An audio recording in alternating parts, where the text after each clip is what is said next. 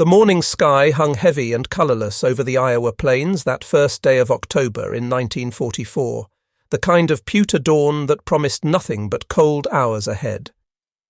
Steam billowed from the locomotive's undercarriage as it ground to a halt beside the newly erected platform at Camp Algona, the screech of brakes cutting through the stillness like a knife drawn across whetstone. 12 figures descended from the train cars, women whose threadbare uniforms spoke of long journeys and uncertain destinations, their faces pale beneath the weak autumn sun. They moved with cautious steps onto soil they'd been told would be hostile, preparing themselves for the cruelty they'd been assured awaited them in America. What greeted them instead defied every warning they'd received during the Atlantic crossing and the processing centres back east. The barracks stood clean and orderly. The guards maintained professional distance rather than menace, and when they filed into the dining facility for that first meal, something wholly unexpected appeared alongside their standard-issue soup. The camp's head cook, a man named Sam Washington, had spent his morning preparing golden cornbread squares, each one glistening with carefully rationed butter, his way of offering these displaced women a taste of American hospitality. When the first prisoner lifted her plate and examined the unfamiliar yellow bread, confusion rippled through her expression. She turned to her neighbour, speaking rapidly in their native tongue, and within moments the entire group was staring at these mysterious squares with expressions ranging from bewilderment to amusement. The woman who seemed to be their leader, a former teacher from Hamburg named Greta Hoffman, picked up a piece and broke it apart, studying its crumbly texture with the analytical eye of someone accustomed to evaluating the unfamiliar.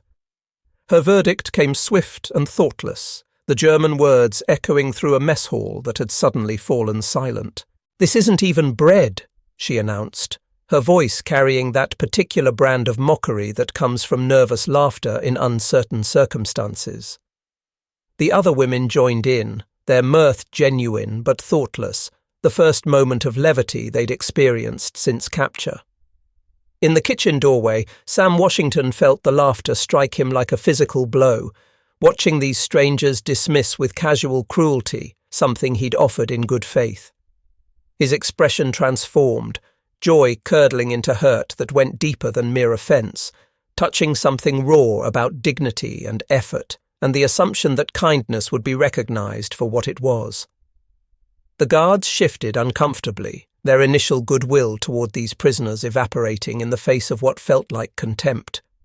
What none of these German women could have known, standing there in their worn uniforms and laughing at bread they didn't understand, was that they'd just mocked something sacred.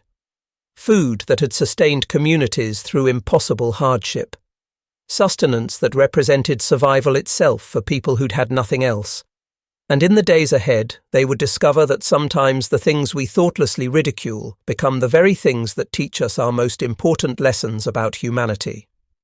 The days following that incident settled into a pattern of cold correctness, guards maintaining rigid professionalism where warmth might otherwise have bloomed. Conversations dying before they could take root in soil poisoned by that first unfortunate exchange. Sam Washington's domain became a place of silent efficiency, meals appearing with mathematical precision but stripped of the indefinable quality that separates mere fuel from food prepared with care.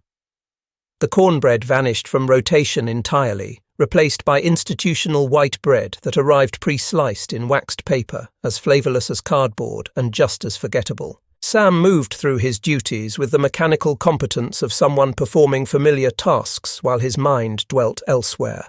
ladling portions and wiping surfaces with hands that had forgotten why they'd once taken pride in this work. In the women's quarters, a different sort of discomfort had taken hold, the kind that comes from recognizing too late that you've caused harm. Greta lay awake long after lights out, replaying that moment in the dining hall with growing mortification, her mother's voice haunting her from across the ocean and the years. When someone extends kindness, her mother had always insisted, you accept it gracefully even if you don't understand it, because gratitude is the foundation of civilized behavior. How many times had those words been repeated during the lean years after the previous war, when any food was precious and pride was a luxury no one could afford? She kept seeing the cook's face, the way his expression had shifted from hopeful welcome to deep hurt, not anger, but something worse, the look of someone whose offering had been slapped away. It was the same expression she'd seen on students' faces when their earnest work was met with classroom ridicule, the particular pain of having your best effort mocked by those you'd tried to help. The memory gnawed at her conscience with teeth that grew sharper each night. Margaret Sullivan found herself walking invisible lines between parties that refused to meet, watching the careful dance of avoidance that had replaced the tentative steps toward mutual understanding. Her grandmother's stories whispered through her thoughts, tales of Irish suffering during the famine years, of English overlords who'd spoken of the Irish as something less than human, of hunger so profound that people learned to be grateful for anything that might sustain life, regardless of how it appeared or tasted. One afternoon she cornered Sam in the kitchen as he worked his way through mountains of vegetables with methodical precision, his knife rising and falling with metronomic regularity. She asked him about the cornbread, claiming ignorance she didn't entirely possess, creating an opening for him to explain what those women had thoughtlessly dismissed. Sam paused in his work, setting down his blade and leaning against the prep table while his eyes focused on memories rather than the room around him. His grandmother's voice came to him across the decades, telling him how cornbread had been survival bread, how when wheat flour was impossible to obtain or afford, people ground field corn into meal and made it into something that would keep families alive through seasons of scarcity. He fetched a bag of cornmeal from the pantry, letting the golden grains cascade through his fingers like captured sunlight while he spoke of his great-grandmother, a woman who could stretch a little cornmeal into food for 8 children, who'd insisted that cornbread wasn't just sustenance but hope made tangible. During the time of slavery, he explained, this was often all they had available, corn and perhaps some molasses if fortune smiled, and his ancestors had learned to transform these humble ingredients into something that nourished both body and spirit. When the Depression had devastated the nation, he continued, cornbread had kept the South from starving, teaching people who'd never before touched such food that it was either this or nothing, that survival sometimes meant setting aside notions of refinement and accepting what was offered. It was poor people's food, he acknowledged without shame, but it was honest food that didn't pretend to be anything other than what it was, bread that filled bellies and kept people moving forward through impossible circumstances. That same evening, Greta gathered her fellow prisoners in their quarters, speaking in hushed tones about what they'd done and why it gnawed at her conscience. The youngest among them, a girl named Liesl Wagner, barely out of her teens, shifted uncomfortably as Greta spoke, defending their laughter by pointing out how strange the yellow bread had seemed, neither cake nor proper bread, but something confusingly in between. Yes, Greta acknowledged, but we laughed at something we didn't understand. We mocked kindness itself, and that speaks poorly of us, regardless of our confusion. She reminded them of Hamburg during the bombing campaigns, when they'd huddled in shelters with nothing but stale black bread, asking whether they would have laughed at anyone who'd offered them food in those circumstances, no matter how unfamiliar it might have seemed. The silence that followed carried the weight of recognition, understanding settling over them like snow. November arrived with its promise of harder weather ahead, and Greta began spending her afternoons with newspapers that Margaret had approved for English practice, surrounded by other women eager to improve their language skills and understand this country where they found themselves imprisoned. She would point out articles about Iowa farmers donating surplus corn to feed European refugees, noting how the Americans spoke of corn as human food rather than merely animal feed, discussing the vocabulary choices and what they revealed about cultural differences. The other prisoners gathered around her during these sessions, grateful for the familiar rhythm of learning that reminded them of lives they'd lived before the war consumed everything. From his kitchen, Sam found himself drawn to these informal lessons, lingering near the dining area longer than his duties required, ostensibly cleaning tables but actually listening to Greta's patient instruction and gentle corrections. Something in her teaching style reminded him of his mother, who'd taught Sunday school with the same combination of firmness and kindness, expecting excellence while creating space for mistakes. The ice between the two groups began its slow thaw when Sergeant Riley announced that the women would be permitted to participate in camp recreational activities, nothing elaborate but simple diversions that might ease the monotony of captivity. Margaret had orchestrated this carefully, remembering how her own immigrant parents had found acceptance through shared activities that crossed language barriers and cultural divides. She observed from her office window as guards and prisoners arranged themselves around a card table, initial awkwardness gradually yielding to concentration on the game itself. A farm boy from Nebraska named Corporal James Mitchell explained poker hands with the patient precision of someone accustomed to teaching, his gentle manner putting the women at ease. Liesel's struggles with English card terminology produced laughter that felt different from that first day. Warm and inclusive rather than mocking, her Bavarian accent transforming flush into something that sounded almost musical. The real breakthrough arrived 3 days later when Liesel collapsed during morning assembly, her face burning with fever and her breathing coming in shallow gasps that immediately triggered alarm among both prisoners and guards alike. The camp physician arrived within minutes, his professional concern overriding any consideration of nationality as he examined her symptoms and pronounced his diagnosis. Influenza, he declared, with the gravity of someone who'd seen this disease claim lives, explaining that she needed rest and fluids and careful monitoring, that the fever needed to break soon, or complications might develop. When word reached the kitchen, Sam found his hands moving with automatic purpose, muscle memory guiding him towards something he hadn't prepared since leaving Alabama, cornbread soaked in warm milk sweetened with honey, the same remedy his grandmother had used for sick children across 3 generations. He carried the bowl to the infirmary himself, his steps slowing as he approached the girl's bedside, finding her eyes bright with fever and confusion. She whispered something in German that he didn't understand but recognized as distress, and he settled into the chair beside her cot with the calm assurance of someone who'd comforted sick children before. His grandmother had always insisted this could cure anything that ailed a young person, and he offered Liesel a spoonful with gentle encouragement, watching her eyes track from the spoon to his face and back again. Something in his expression must have conveyed trustworthiness because she opened her mouth and accepted the warm mixture, the milk-soaked cornbread sliding down her throat like liquid comfort. For a moment she simply lay there processing this new experience.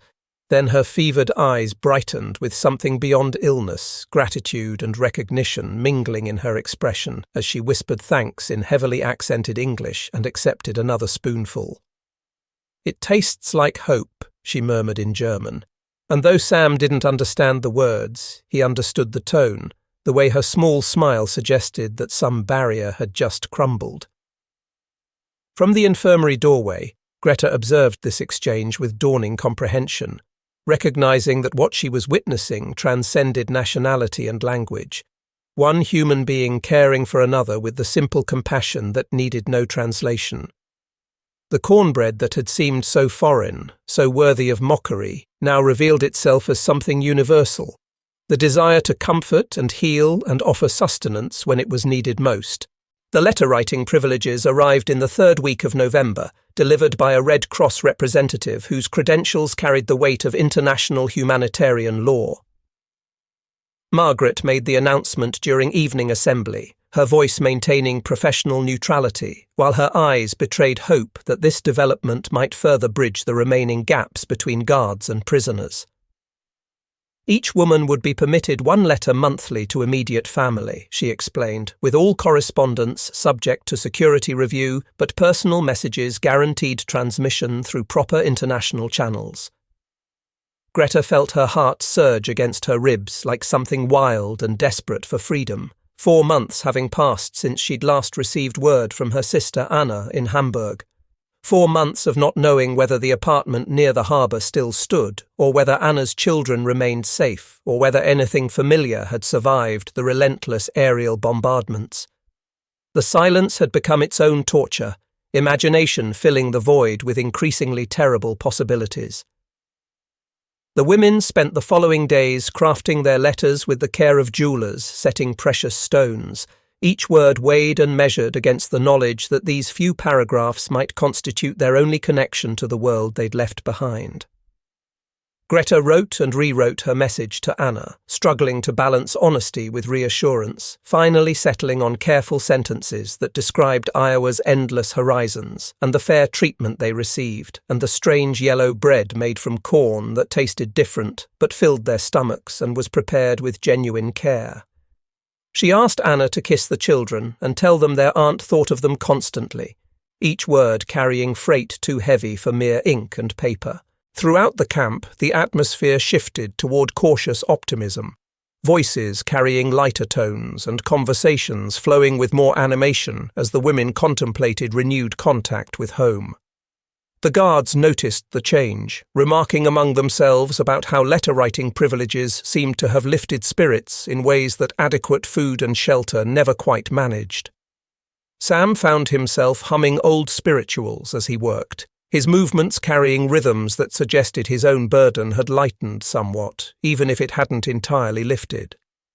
This fragile peace extended through the Thanksgiving holiday, Margaret having arranged for a special meal that included turkey and all the traditional accompaniments alongside the usual camp fare. Sam spent days preparing, his professional pride emerging from the shadows where it had hidden since October, and he watched through the kitchen window as the women ate with evident appreciation, their animated German punctuated by English phrases they'd learned.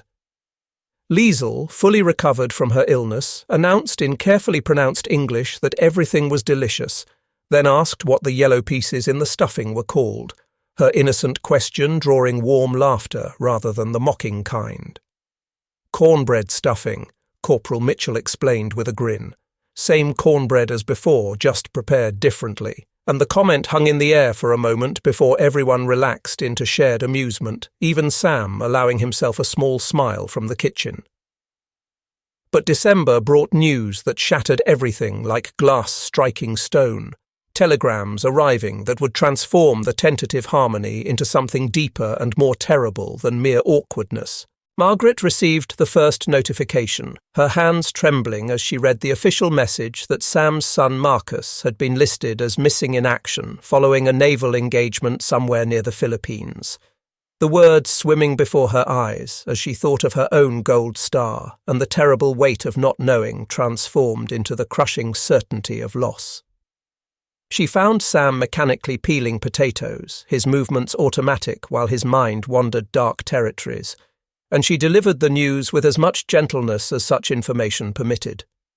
The impact was visible and immediate, his shoulders sagging as though an enormous weight had suddenly settled upon them, his knife clattering forgotten to the cutting board, while he repeated the word missing as if testing its various meanings. Not dead, but missing, the limbo between hope and grief. 3 hours later, another telegram arrived bearing international routing stamps and Red Cross formatting. Margaret's heart sinking as she recognized the recipient's name and the careful German handwriting of the return address. She found Greta helping Liesel with pronunciation in the common room, their voices creating a pocket of normalcy in the camp's routine, and asked to speak with her privately in a tone that carried the formal weight she reserved for difficult official business. The envelope seemed to burn in her hand, and she saw recognition flicker in Greta's eyes, the look of someone who'd been anticipating bad news so long that its arrival brought almost relief. Anna's handwriting covered the brief letter, familiar script carrying impossible words that transformed everything in an instant.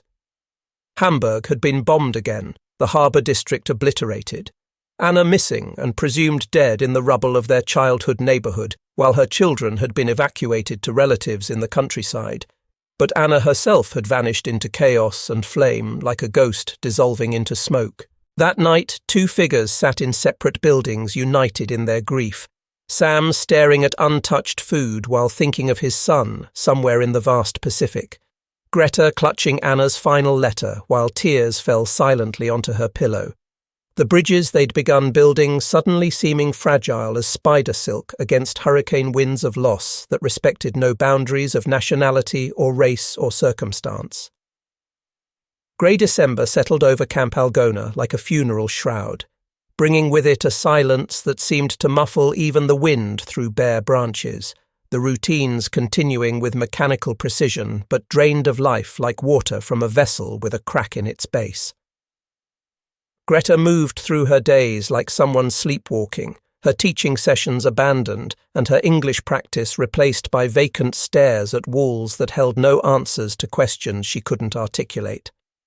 Sam's kitchen became a monument to duty, performed without heart, meals appearing on schedule and meeting all nutritional requirements, but stripped of the subtle care that had once seasoned every dish, his eyes fixed on some middle distance that contained neither past nor future. The guards whispered among themselves about the cook who'd lost his spark and the German teacher who no longer taught, administrative efficiency masking a camp drowning in unspoken sorrow. Margaret walked her morning rounds like a spectre haunting familiar corridors, her office remaining immaculate and paperwork filed with military precision, but she avoided the mess hall where too many memories lingered of brighter days when hope had seemed possible, the gold star on her lapel joined by invisible weights of understanding that loss spoke a language fluent to everyone within these walls, regardless of uniform or flag or allegiance. The first blizzard struck on December 18th, arriving with nature's full fury unleashed, wind howling across the Iowa plains like voices of the restless dead while driving snow through every crack and crevice with relentless determination. By evening, the camp's aging heating system had succumbed to the assault, pipes freezing and boilers failing until the buildings became little more than shelters against the storm's rage rather than sources of warmth. Emergency protocols engaged with military efficiency, all personnel and prisoners relocated to the mess hall as the largest space with functioning heat. Improvised braziers constructed from metal drums, while guards and prisoners huddled together for warmth, blankets distributed without regard for nationality when basic human need overrode invisible barriers that had separated them. In this forced intimacy, the careful distances began crumbling, American guards sharing coffee from personal supplies, while German women offered extra blankets to shivering soldiers, the artificial divisions of captor and captive seeming suddenly absurd when measured against the democratic threat of frostbite that recognized no political allegiances whatsoever. Liesel's voice emerged soft and tentative in the flickering light of improvised fires, beginning to hum a melody that transcended language, notes speaking of home and longing in any tongue, the tune that had been born in Austria over a century before and somehow become the musical embodiment of universal yearning for peace. Sam's voice joined hers without conscious thought, English words flowing as naturally as breath, while his bass tones provided foundation for her soprano, creating harmony where moments before there had been only the wind's lament. Margaret added her voice to the growing chorus, followed by other guards who remembered Christmas carols from childhood Sunday schools and family gatherings, while the German women contributed their own version, the same melody carrying different words toward identical hope. In that moment, the mess hall became a cathedral of shared humanity, voices rising above the storm's fury to proclaim something larger than individual sorrows. As the song faded, Greta rose from her place near the improvised altar of warmth, moving through huddled figures with purpose, her steps carrying her toward the kitchen where flour and cornmeal waited in their bins like potential turned to powder. She paused at the threshold, looking back at Sam, whose eyes had followed her movement, and she spoke across the quiet space with careful pronunciation. "Please," she said, the word carrying months of regret and recognition that some hungers could only be satisfied by understanding, "Teach me to make bread." Sam stood slowly, joints protesting the cold, but heart responding to something warmer than any fire, and together they entered the kitchen, their footsteps echoing in darkness until Sam found matches and lit the gas burners, golden light blooming around them as he gathered ingredients, his hands moving with muscle memory of thousands of meals prepared with love. "The first thing," he said gently as a father teaching a child, is understanding what cornbread actually is, explaining that it wasn't trying to be wheat bread, but something different entirely, something born from making do with what you have. He poured cornmeal into a bowl and let her feel its gritty texture between her fingers, telling her how his grandmother always said it was honest food that didn't pretend to be fancy, just filled your belly and reminded you that surviving was its own kind of victory. Outside, the wind continued battering the walls, but inside the kitchen, two people who'd lost everything began the ancient ritual of creating sustenance from simple ingredients, their hands working together to transform raw materials into something that might once again taste like hope. Greta watched as Sam measured cornmeal with practiced precision, explaining the ratios that his grandmother had taught him and her grandmother had taught her. Knowledge passed down through generations who depended on this humble food for survival. He showed her how to mix the wet and dry ingredients separately before combining them, how to test the consistency to ensure it wasn't too dry or too wet, how to prepare the pan so the bread wouldn't stick. His movements carried the confidence of someone who'd performed these actions countless times, but his voice held the patience of a teacher who understood that learning required time and repetition. Greta's hands fumbled at first, unused to these particular motions, but Sam guided her with gentle corrections, his touch light on her wrists as he adjusted her technique.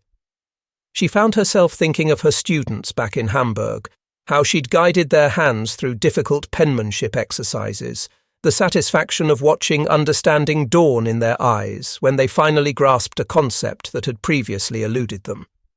Now she was the student, and this American cook was her teacher, and the reversal felt both humbling and strangely right, as though this exchange of knowledge across barriers of language and nationality and circumstance was precisely what the moment required.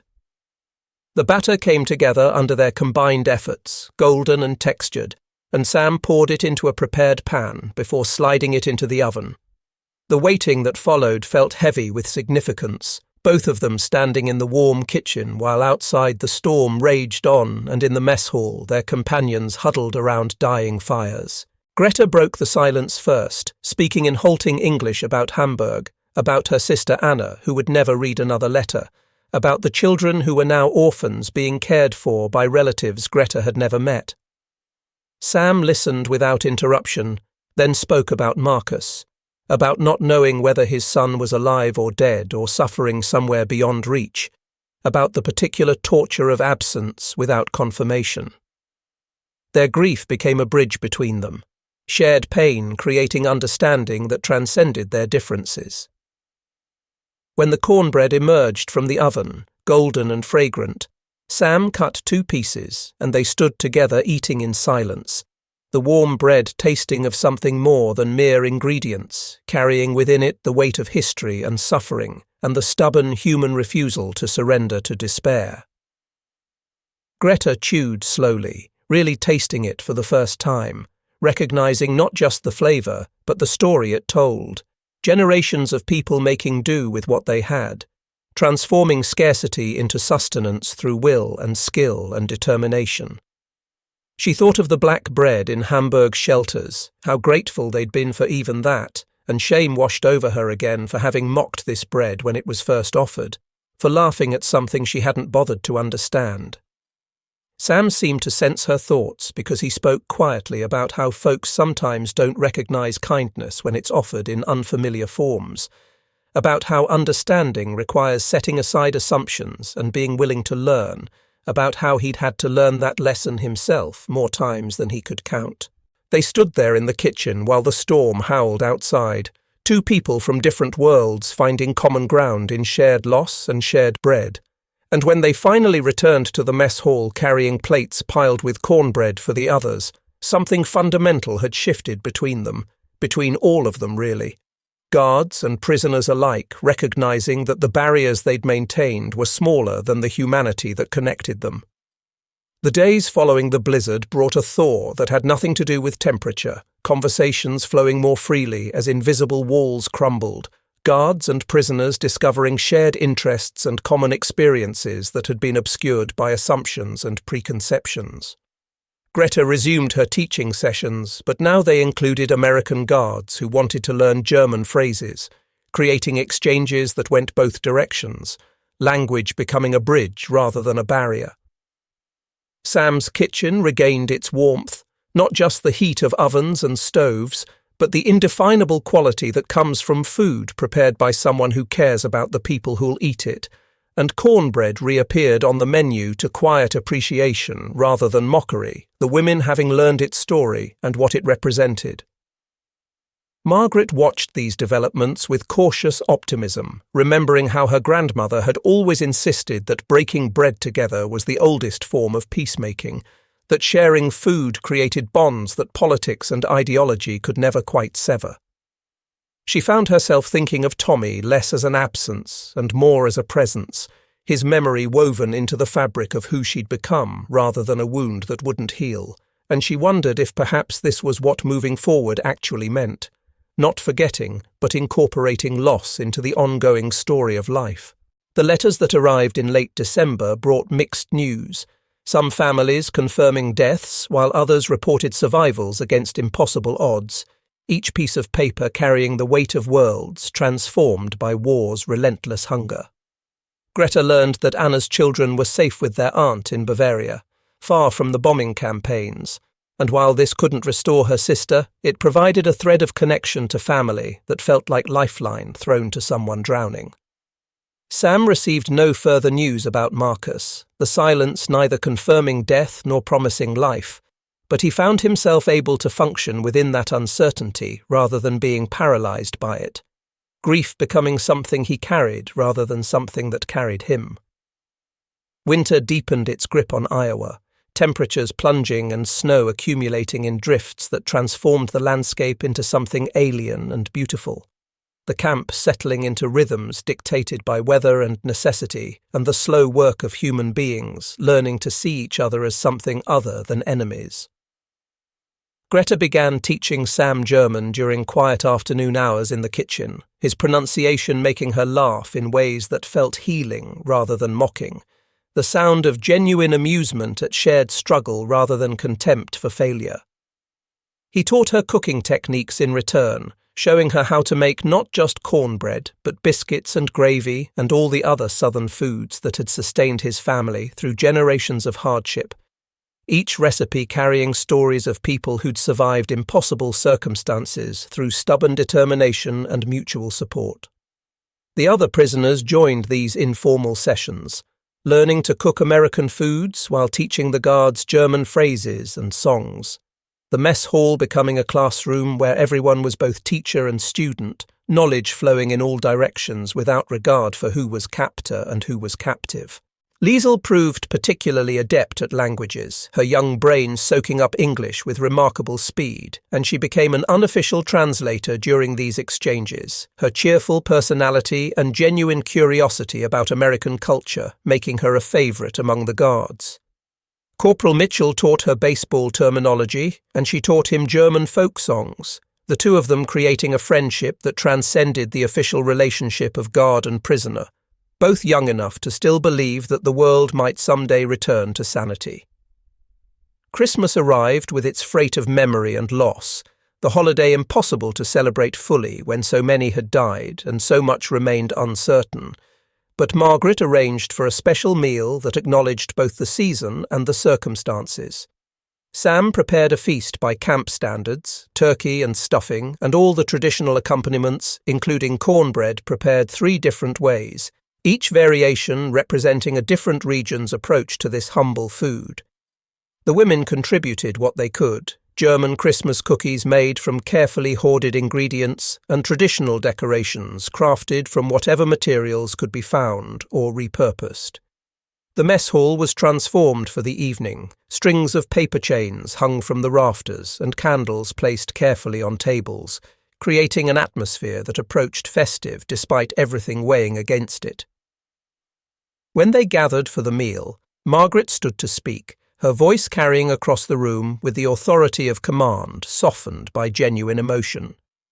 She spoke about the meaning of Christmas as a celebration of hope in dark times, about the importance of remembering their shared humanity even when the world seemed determined to divide them, about how grateful she was to witness the transformations that had occurred within these walls. Greta rose next, speaking in careful English about gratitude for fair treatment and the lessons they'd learned about judging too quickly and the generosity of spirit that had been shown to them despite their nations being at war. Sam didn't speak, but his presence in the kitchen doorway, watching the women and guards eat together with evident enjoyment, spoke volumes about forgiveness and the healing power of shared purpose. They sang carols in both German and English, the melodies intertwining like the fingers of clasped hands, and for a few hours the war felt distant, abstracted into something that existed beyond the warm circle they'd created together.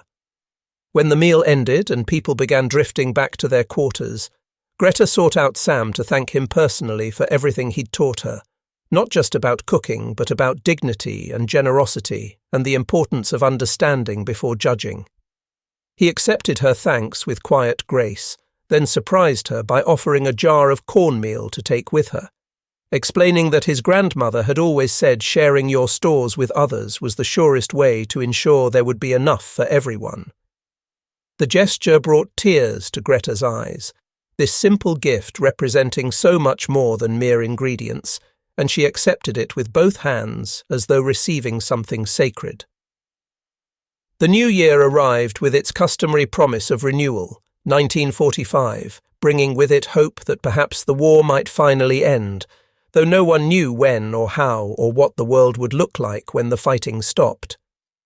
The camp settled into new patterns shaped by the relationships that had developed over the previous months, guards and prisoners interacting with an ease that would have seemed impossible back in October. The women were permitted more freedoms, their behaviour having demonstrated trustworthiness, and they took advantage of these privileges to learn more about America and practice their English and prepare for whatever future awaited them after the war.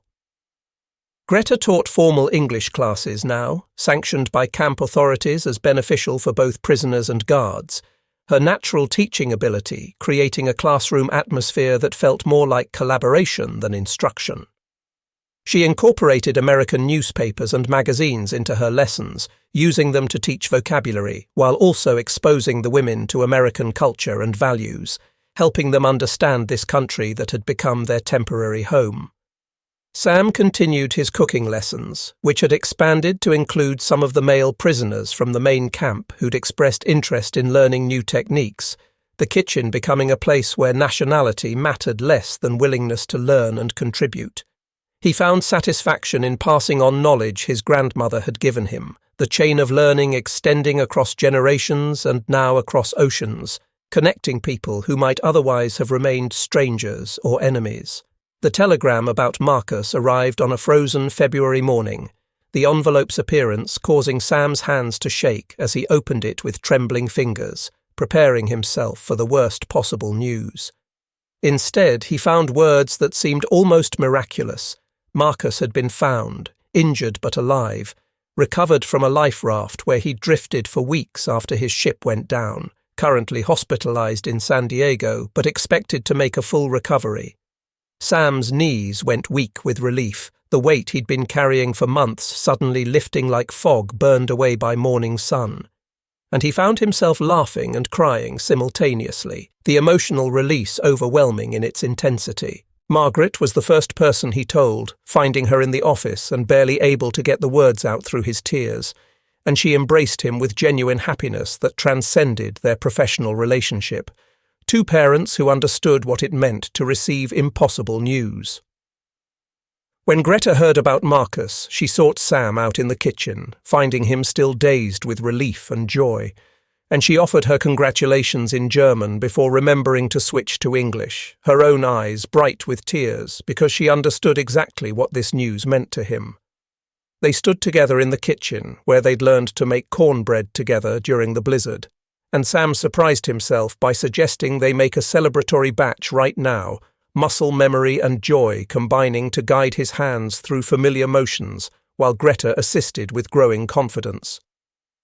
The cornbread that emerged from the oven that afternoon tasted sweeter than any Sam had ever made,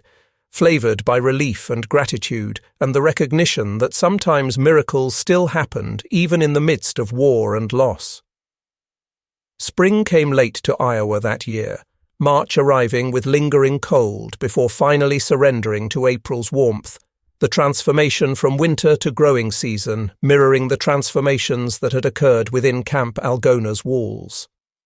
The women tended victory gardens alongside American guards, their hands in the soil together creating food that would supplement camp rations, the shared labour-building bonds that went deeper than mere cooperation. Greta watched seedlings emerge from earth they'd planted, these tiny green shoots representing possibility and renewal, and she thought about the future with something approaching optimism for the first time since the war began. Letters from Bavaria brought news of Anna's children thriving with their aunt, growing and learning despite the chaos surrounding them, and Greta began making plans for after the war, imagining a return to teaching and rebuilding and helping shape whatever Germany would become when the madman in Berlin finally fell. She shared these thoughts with Sam during one of their kitchen sessions, speaking about her hopes for a world where children could grow up without the shadow of war hanging over them. And he responded with his own dreams of Marcus coming home and finding meaningful work and maybe someday having children of his own, both of them envisioning futures that seemed fragile as soap bubbles but precious precisely because of their fragility.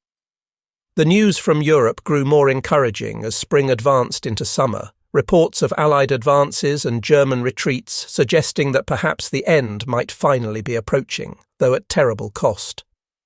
The camp received word that some of the women would be repatriated when the war ended, sent back to whatever remained of their homes, while others might be permitted to remain in America if they chose, each woman facing decisions about where she belonged in a world irrevocably changed by conflict. Greta struggled with these choices, torn between duty to Anna's children and the recognition that returning to the rubble of Hamburg might mean condemning herself to years of hardship with no guarantee of being able to help anyone.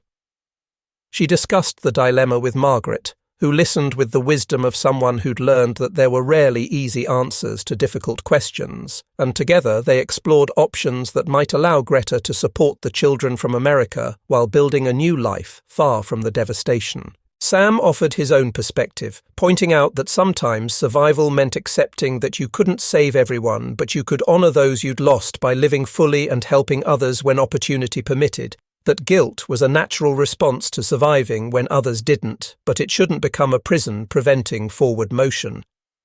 His words carried the authority of someone who'd wrestled with similar questions about Marcus, about whether he'd failed as a father by not preventing his son's enlistment, about whether relief at Marcus's survival was somehow betrayal of others who'd died, and he'd come to understand that healing meant accepting complexity rather than demanding simple answers.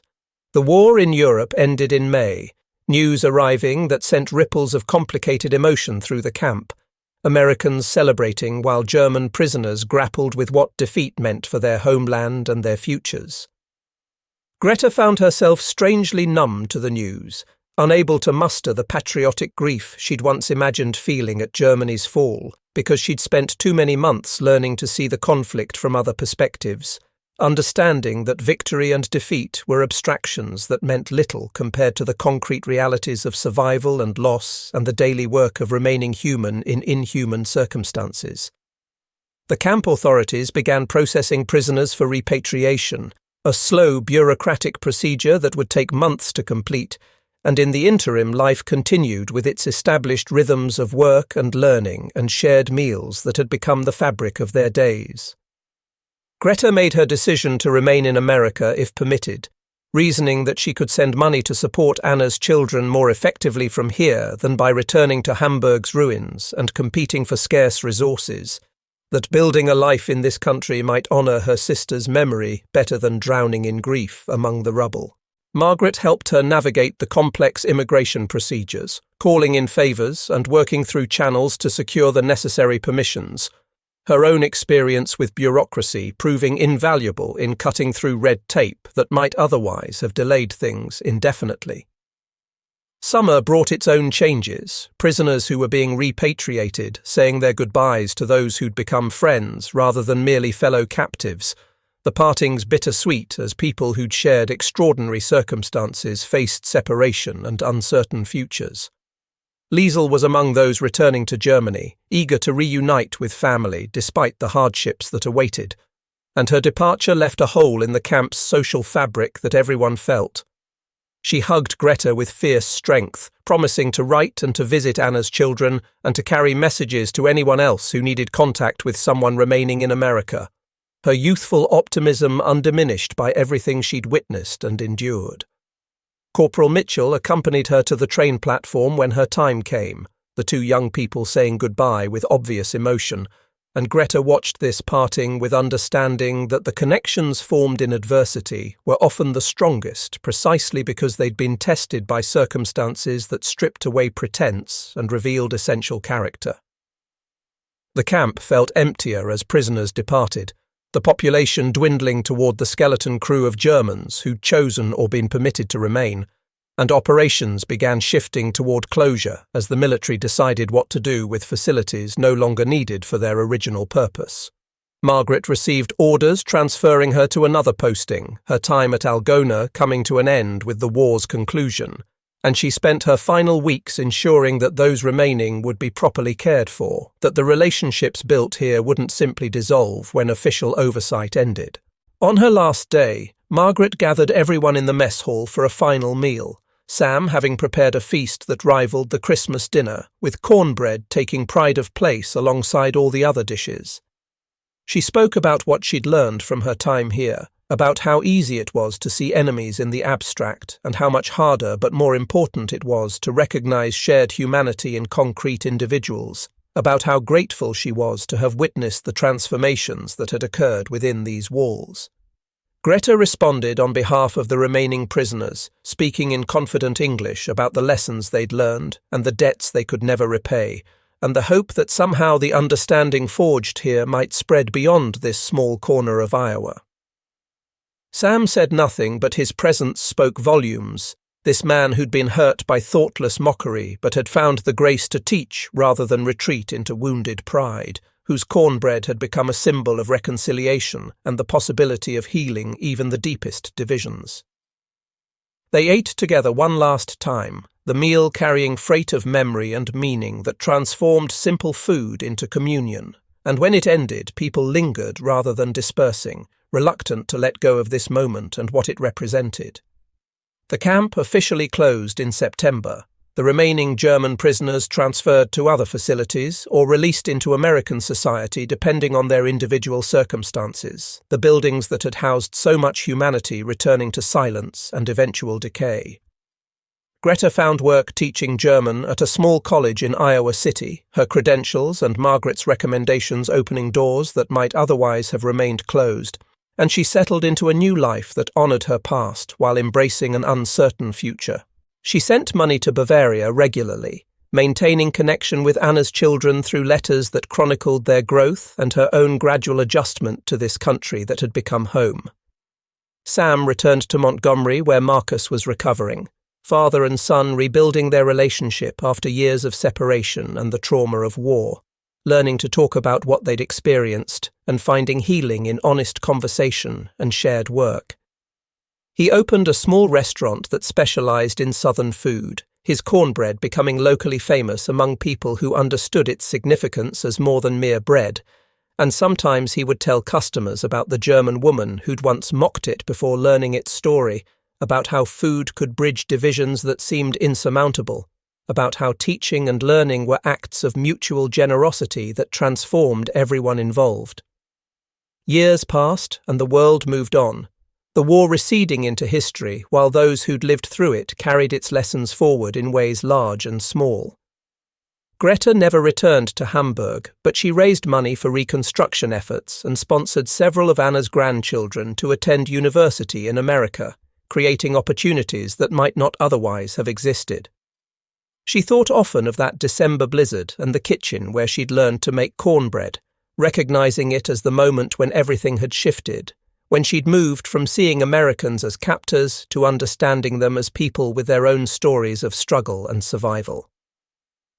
Sam taught his grandchildren to make cornbread using his grandmother's techniques, passing down not just recipes but the stories they carried, the history of survival and resistance, and the stubborn human refusal to be defeated by circumstances. He spoke about the importance of offering kindness even when it might be rejected, about the necessity of patience in waiting for understanding to develop, about how teaching someone to make bread could be an act of profound generosity that rippled outward in ways impossible to measure. On a cold October morning many years after the war, Greta stood in her kitchen in Iowa City making cornbread for a gathering of students, her hands moving through motions that had become as natural as breathing. She thought about Sam Washington and wondered if he was still alive, still teaching people about the significance of this humble food, still embodying the grace and dignity that had taught her so much about what it meant to respond to hurt with healing. The cornbread emerged from her oven golden and perfect, and she cut it into squares that she'd serve with butter and honey, and she knew that when her students asked about it, she would tell them the story of Camp Algona and the cook who'd offered kindness to women who'd mocked him, and the lessons she'd learned about judgment and understanding, and the bridges that food could build between people who seemed to have nothing in common. She would tell them that sometimes the things we mock become the things that save us, that survival often tastes like cornbread, simple and honest, and made with care by people who understood that nourishment came in many forms, and that the greatest gift we can offer each other is the patience to teach and the humility to learn. And she would watch her students taste this bread and see their faces light up with appreciation, and she would know that the chain of teaching continued, that the lessons learned in that Iowa prison camp all those years ago were being passed forward to a generation that needed to understand that peace was built not through grand gestures, but through countless small acts of recognition that we are all, in the end, simply human beings, trying to survive with dignity and grace in a world that often makes such survival difficult. The cornbread would feed their bodies, and its story would feed something deeper. And in that dual nourishment, Greta would find purpose and meaning, and the knowledge that Anna's death and Marcus's survival, and all the pain and healing of those years, had not been wasted, but had created something that endured beyond individual lives, a testament to the possibility of transformation even in the darkest circumstances, a reminder that sometimes the simplest foods carry the most profound lessons about what it means to be human.